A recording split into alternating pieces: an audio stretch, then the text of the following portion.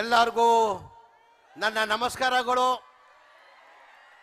ಜೈ ಭೀಮ್, ಜೈ ಭೀಮ್, ಜೈ ಜೈ ಭೀಮ್. ಸ್ವಲ್ಪ ಜೋರಾಗಿ ಧ್ವನಿಯಲ್ಲಿ ಜೈ ಭೀಮ್ ಹೇಳಿ.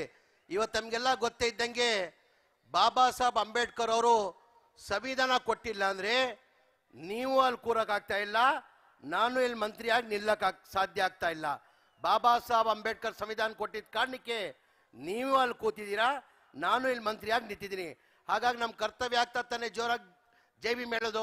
ದೊಡ್ಡ ಧ್ವನಿಯಲ್ಲಿ ಜೈ ಭೀಮ್ ಹೇಳಬೇಕು. ಜೈ ಭೀಮ್, ಜೈ ಭೀಮ್, ಜೈ ಜೈ ಭೀಮ್.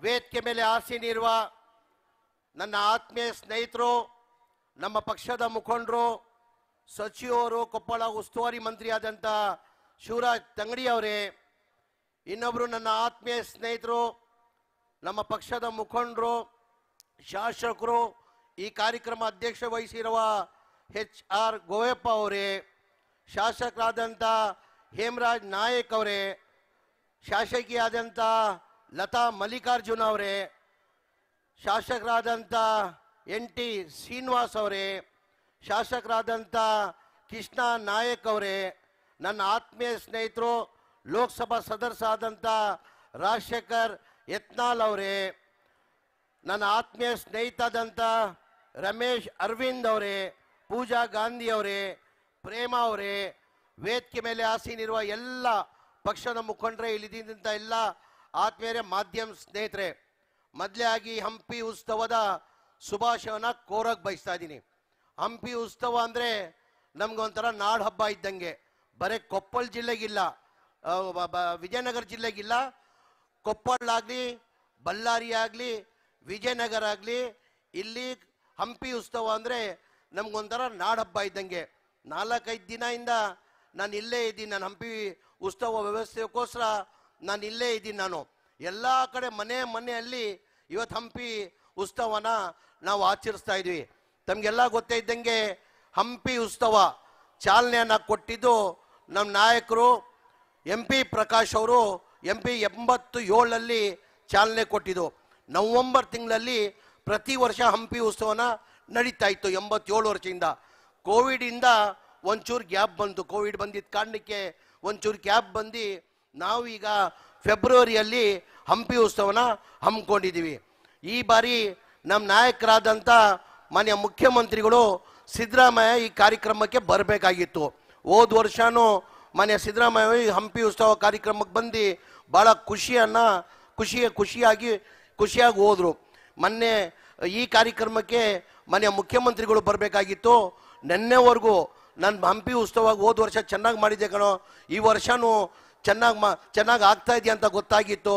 ನಾನು ಬರಬೇಕಂತ ಇದ್ದೆ. ನನ್ನ ಕಾರಣದಿಂದ ಆರೋಗ್ಯ ಸರಿಗಿಲ್ಲ, ಆ ಕಾರಣಕ್ಕೆ ನಾನು ಬರೋಕ್ಕೆ ಸಾಧ್ಯ ಆಗಲ್ಲ. ಹಾಗಾಗಿ ನನ್ನ ಕಡೆಯಿಂದ ಕ್ಷಮೆಯನ್ನು ಕೇಳ್ಕೊ ಅಂತ ಮಾನ್ಯ ಮುಖ್ಯಮಂತ್ರಿಗಳು ಸೂಚನೆ ಕೊಟ್ಟಿದ್ದಾರೆ. ಮಾನ್ಯ ಮುಖ್ಯಮಂತ್ರಿಗಳು ಈ ಕಾರ್ಯಕ್ರಮನ ಮುಂದೆ ಹಾಕುವಂತನೂ ಕೇಳ್ಕೊಂಡ್ರು.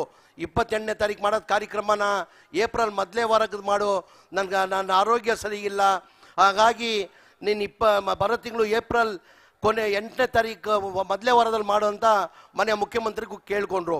ಹಾಗಾಗಿ ನಾವು ಮುಂಚೆನೇ ನವಂಬರ್ ಮಾಡ್ತಾ ಇರೋದು ಕಾರ್ಯಕ್ರಮ ಈಗ ಫೆಬ್ರವರಿಗೆ ಮಾಡ್ತಾಯಿದ್ವಿ ಸರ್, ತಿರ್ಗಾ ಏಪ್ರಿಲ್ ಅಂದರೆ ಭಾಳ ಮುಂದೆ ಹೋಗ್ತದೆ, ಬೇಡ ಸರ್ ಅಂತ ಮಾನ್ಯ ಮುಖ್ಯಮಂತ್ರಿಗೆ ಹೇಳಿ ನಾನೇ ಕೇಳ್ಕೊಂಡು ಈ ಕಾರ್ಯಕ್ರಮನ ನಾವು ಮಾಡ್ತಾಯಿದ್ದೀವಿ.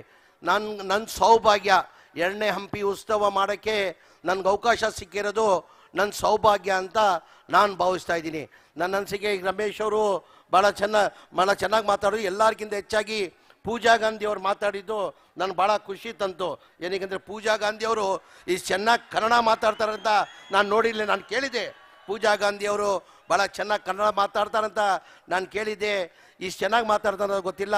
ನಿಜವಾಗ್ಲೂ ನೀವು ಬೇರೆ ಊರು ಅವರಾಗಿ ಇಲ್ಲಿ ಕರ್ನಾಟಕದಲ್ಲಿ ಬಂದು ಇಲ್ಲಿ ಮಾತಾಡಿದ್ರು ಭಾಳ ಹೆಮ್ಮೆ ಅಂತ ಹೇಳಕ್ಕೆ ಬಯಸ್ತಾ ಇದ್ದೀನಿ. ಇವತ್ತು ನನಗೆ ಭಾಳ ಖುಷಿನ ತಂದಿದೆ. ಇವತ್ತು ಈ ಹಂಪಿ ಉತ್ಸವದ 3 ದಿನ ಕಾರ್ಯಕ್ರಮಕ್ಕೆ ತಾವೆಲ್ಲ ಬಂದು ಯಶಸ್ವಿ ಮಾಡಿಕೊಡ್ಬೇಕು. ಹೋದ ವರ್ಷನೂ ಹಂಪಿ ಉತ್ಸವ ಮಾಡಿದ್ವಿ. ಈ ವರ್ಷ ಹೋದ ವರ್ಷದಿಂದ ಚೆನ್ನಾಗಿ ಈ ವರ್ಷ ಆಗಬೇಕಂತ ನಾವು ಪ್ರಯತ್ನ ಮಾಡಿ ಈ ವರ್ಷ ಚೆನ್ನಾಗಾಗಿದೆ ಅಂತ ನಾನು ಭಾವಿಸ್ತಾ ಇದ್ದೀನಿ. ಈ ಸರ್ಟಿಫಿಕೇಟ್ ಕೊಡಬೇಕಾಗಿರೋದು ನಾವು ಹೇಳಿದ್ರೆ ಅದು ಸಾಲದು. ಹೋದ ವರ್ಷ ಚೆನ್ನಾಗಿತ್ತಾ? ಯಾವ ವರ್ಷ ಚೆನ್ನಾಗಿದೆ? ಈ ವರ್ಷ ಚೆನ್ನಾಗಿದೆಯಾ? ಮುಂದಿನ ವರ್ಷ ಭಗವಂತ ನನಗಿಟ್ರೆ ಇನ್ನೂ ಅದ್ಧೂರಿಯಾಗಿ ಮುಂದಿನ ವರ್ಷನೂ ಮಾಡುವಂತ ಹೇಳಿ ನಾನು ಹೆಚ್ಚಾಗಿ ಮಾತಾಡಕ್ಕೆ ಹೋಗಲ್ಲ. ಏನಕ್ಕೆ ಬೇರೆ ಬೇರೆ ಕಾರ್ಯಕ್ರಮಗಳು ಹಮ್ಮಿಕೊಂಡಿದ್ದಾರೆ.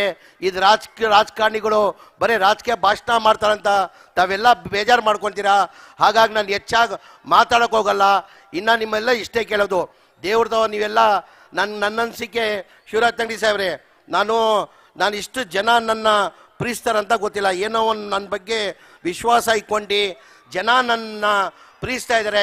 ನಿಮ್ಮಲ್ಲಿ ಒಂದೇ ನಾನು ಕೇಳ್ಕೊಳ್ಳೋದು, ಭಗವಂತ ಅಂತ ಪ್ರಾರ್ಥನೆ ಮಾಡಬೇಕಾದ್ರೆ ಇನ್ನು ನಮ್ಮ ಜಮೀರ್ ಅಹಮದ್ ಖಾನ್ ಅವ್ರನ್ನ ಇನ್ನೂ ಬಡವ್ರ ಸೇವೆ ಮಾಡೋದು ಇನ್ನೂ ಹೆಚ್ಚಿನ ಶಕ್ತಿ ಕೊಡಲಿ ಅಂತ ಆ ಭಗವಂತಂತ ಪ್ರಾರ್ಥನೆ ಮಾಡಬೇಕಂತ ಕೇಳ್ಕೊಂಡು ಇನ್ನೊಂದು ಬಾರಿ ಹಂಪಿ ಉತ್ಸವದ ಶುಭಾಶಯನ ಕೋರಿ ನಾನು ಮಾತು ಮುಗಿಸ್ತೀನಿ. ಜೈ ಹಿಂದ್, ಜೈ ಕರ್ನಾಟಕ, ಜೈ